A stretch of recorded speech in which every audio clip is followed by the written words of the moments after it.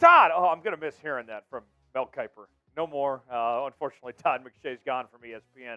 But our boy Mel Kiper Jr. is still there, and he's got his first big board of 2024 out. With that draft coming up in April, it's never too early to look ahead at the top prospects.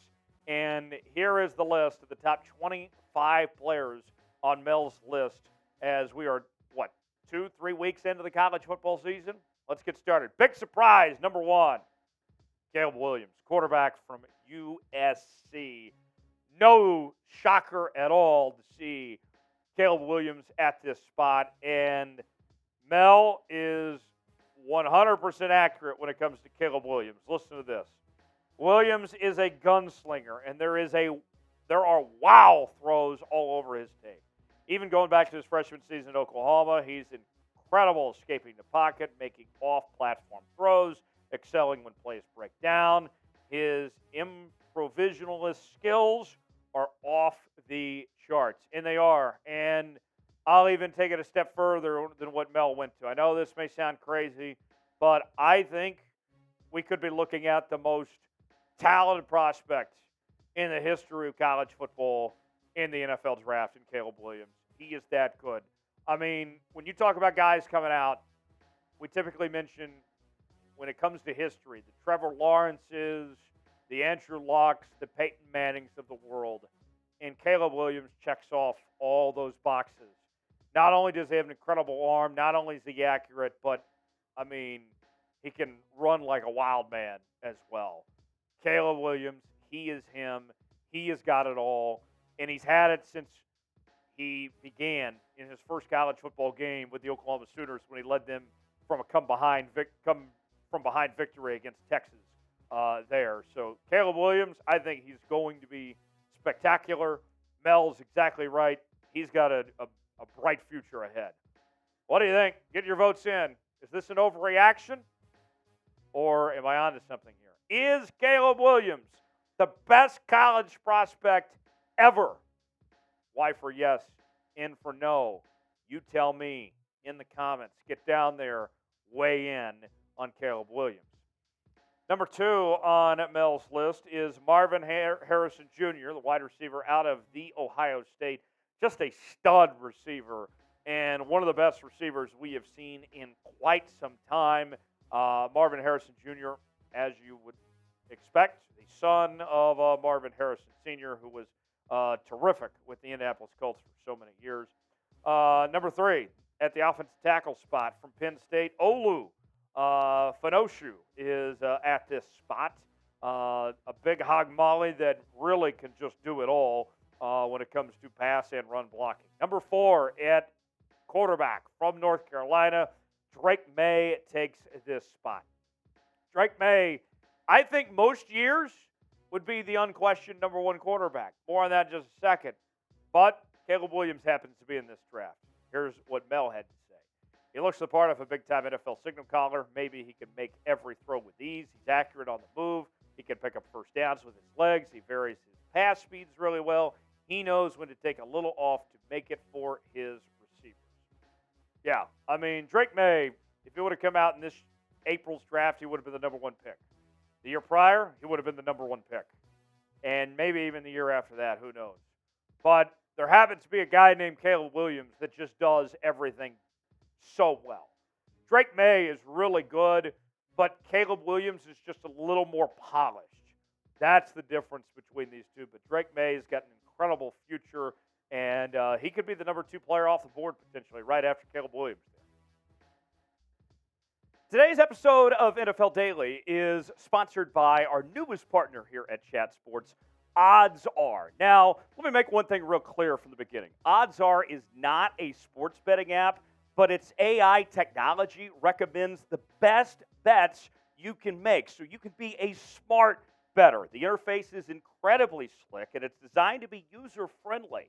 If you've ever been curious about sports betting or are looking for a more intuitive platform, Odds Are is your sports betting advisor in your pocket. NFL Daily viewers are going to get 30 days for free. You can experience the magic for yourself dive in and bet smart. Go to oddsr.com/NFL Daily. Now, let me show you the bets that I'm looking at. You want to look for the green value. That is one that says, I can't miss out on this opportunity. And you have one in particular with Seattle and Detroit.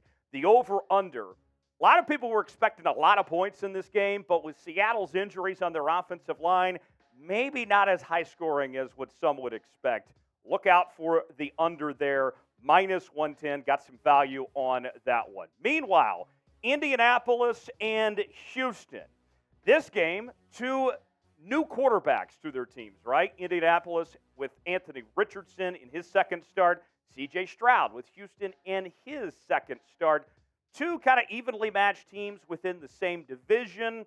In this game here, I'm looking at Indianapolis to potentially pull off the upset here. Good value on them is just a 1-point underdog, and you can also bet on the under. Some value with that one as well. Meanwhile, New Orleans and Carolina, another good divisional matchup between these two teams. And I got to tell you, I'm looking at the over-under in this at 39.5. I don't think these two offenses are that great. Look for the under. Take the value on that. Don't miss out on the opportunity to get these bets, courtesy of our new partner here at Odds Are. Not a sports betting app, but they are going to provide you those smart bets. That way you can win big this weekend. Sign up today. Get your 30-day free trial now at oddsr.com/NFL Daily. Next on Mel's Big Board, we turn our attention to Shedeur Sanders, the starting quarterback out of Colorado that's taken the college football world by storm. His dad, Coach Prime, has done an incredible job assembling that roster, but his biggest get may have been bringing his own son to Boulder, and he's looked the part so far to this point, catching Mel's attention, saying Sanders is unflappable. He throws a great ball, showcasing pinpoint accuracy on intermediate routes, and a heater when he needs it across the middle of the field. He can throw strikes on the move to his right or left. He's an excellent decision maker and is highly competitive. It's only been 2 FBS starts for Shedeur Sanders, so I wouldn't have put him at number 5 already. Not saying he won't be number 5, but to me it's a little quick on Shedeur Sanders. With that said, high football IQ, great leader, has a swagger about him too. I mean, when your dad's Deion Sanders, you're going to play with some confidence. And we've seen that already through the first couple weeks of the college football season. All of that cannot be denied.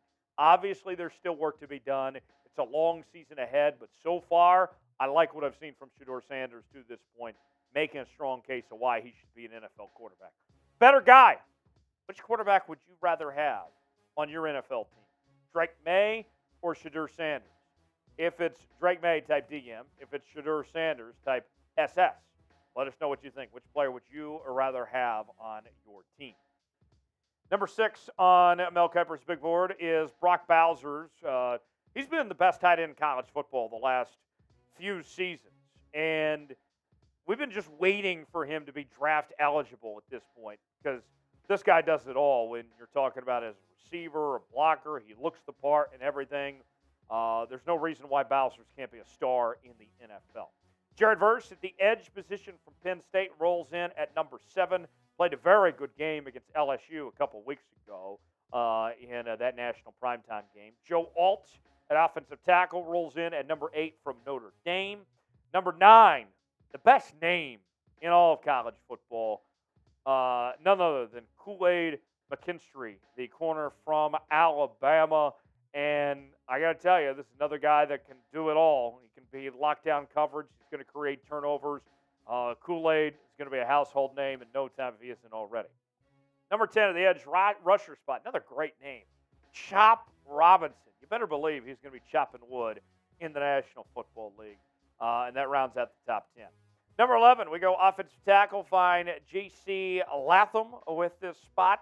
Well, number 12 belongs to another Penn State Nittany Lion. A lot of Penn State players making the list as Caitlin King at corner gets this spot. Seems like it's a back and forth between Alabama and Penn State players. At 13, you find Dallas Turner one of the best defensive players in college football, holding on to that spot. Number 14 from the U, Leonard Taylor III at the defensive tackle position, one of the only few bright spots from that Miami team this year. And then we find our next quarterback at number 15 from the University of Texas, Quinn Ewers holds this position. Here is what Mel said about Quinn Ewers and his performance taking down Alabama on the road last Saturday night. He showed outstanding touch and accuracy on his deep throws and was precise to all points on the field. He was decisive in his reads and was fantastic maneuvering the pocket, keeping his eyes down the field to find targets. That's what he can be if he plays to his talent level. The main thing that we need to see, I think, from Quinn Ewers is consistency at a high level. He's had the moments, right? Alabama last week, being a part of that massive win against Oklahoma last year, 49-0. He has played well in some big-time games in his first 2 years of college football. But while he played well against Alabama, the week prior against Rice, he didn't play that great. If he can show more of that consistency to play at that level of the former number one player in the country coming out of high school like he was, then watch out. Quinn Ewers is going to be one of the top picks in this next April's draft. And with Arch Manning on the way, Malik Murphy, of course, is pretty dang good in his own right. I expect Quinn to declare for this next April's draft, barring something catastrophic happening. Quinn will be there. Is Texas back? It was a big win against Alabama, no question about it. What do you think? HY for hell yes. HN for hell no. I'm a believer, as much as it pains me to say. I'm a believer in this Texas team. I think Texas is back. Is Texas back? Tell me what you think. Well, his professor would not let him turn in his homework late, but he got a win against Clemson anyway. Riley Leonard gets the number 16 spot, and the nation learned all about Riley Leonard a couple weeks ago with that big-time upset win when he played so well into that performance. Keon Coleman at the wide receiver spot for Florida State. Florida State loaded with a lot of talent, and Jordan Travis seems to have a really good connection with Keon Coleman there. At the defensive tackle spot, Chris Jenkins from Michigan hold things down at number 18 overall. 19, also at defensive tackle, is Jerzon Newton from the University of Illinois. Meanwhile, at number 20, we go to the LSU Tigers, and that's where we find Malik Neighbors holding down that spot. The final 5 players, we started off with one Ohio State receiver at the top and Marvin Harrison Jr. Now, Emeka Egbuka is next on the list at 21 on Mel's big board. 22 is corner Kiper DeJean from Iowa, holding down that spot. A white corner, 22. He must be doing something right. 23, offensive tackle from Arizona, is Jordan Morgan. Meanwhile, at the number 24 spot is Lalitu Latu, edge rusher from UCLA at number 24 overall. Then rounding out the list, this is the one I have the biggest issue with of all. Bo Nix, quarterback from Oregon, formerly of the Auburn Tigers, makes it as the final player in the top 25 after what has been a roller coaster of a college career for Bo Nix. Coming off a strong finish to last season, Mel thinks he can be an NFL quarterback. More from Mel. I've moved Nix way up the board. He was magnificent in 2022, completing a stellar 71.9% of his passes while throwing 29 touchdown passes with 7 picks and adding 14 rushing scores. That's a Joe Burrow-esque rise after transferring. Nix has a strong arm, can drop dimes on the run. I get the comparison where Mel's trying to make it, but I think this is asinine to ever be comparing Bo Nix to Joe Burrow. Look, Bo Nix is like older than my grandpa. He's been in college for 6 years now. He better be playing at this high level. But I've seen too much inconsistency, too many boneheaded moves from Bo Nix over the years to ever consider him a top NFL quarterback. He's not it. Bo Nix ain't that guy. Sorry, Mel. I think you're going to regret putting Bo Nix at 25 right now because he's not going to be a first-round pick. blood bank guarantee. It's not happening. I can tell you that right now. Mel's Big Board, it was interesting. Some of the stuff he was spot on. Others, out of left field. Graded for me. I'd give his board about a B- or C+. If he didn't have Bo Nix on there, I probably would have had a higher grade. Give me your grade in the comments section. Subscribe to NFL Daily for more NFL coverage. We got you covered each and every day, talking all things National Football League, college football as well. Subscribe now for free. We'll see you next time here on the channel.